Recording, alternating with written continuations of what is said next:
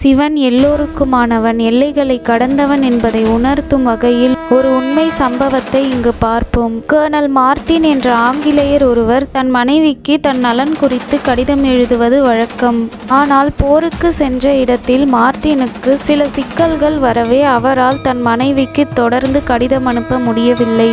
மனம் நொந்த அவரது மனைவி ஒரு நாள் குதிரையில் சென்று கொண்டிருக்கும் போது வட இந்தியாவில் இருக்கும் பைஜிநாத் சிவன் கோவில் தென்பட்டது. கர்னலின் மனைவி தன் கணவன் எந்த துயரும் இன்றி வீடு திரும்பினால் இந்த பைஜிநாத் கோவிலை புதுப்பித்து தருவதாக சிவனிடம் வேண்டிக் கொண்டு வீடு திரும்பினார். ஓம் நமச்சிவாய என்ற மந்திரத்தை அவர் 11 நாட்கள் பக்தியுடன் உச்சரித்து கொண்டு வந்தார்.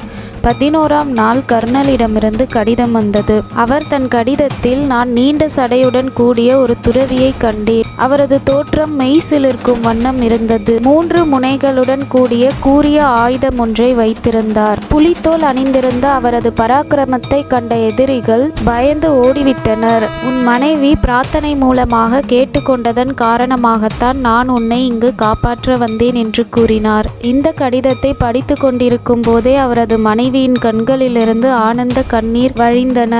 அவரது வேண்டுதலின்படி 1883இல் அவரும் அவரது மனைவியும் ரூபாய் 16,000 நன்கொடையாக கோவிலுக்கு அளித்தனர். இந்த குறிப்புகள் இன்னும் பைஜிநாத் கோவிலில் கல்வெட்டுகளாக உள்ளன. ஆங்கிலேயர்களால் கட்டப்பட்ட ஒரே கோவில் இதுதான்.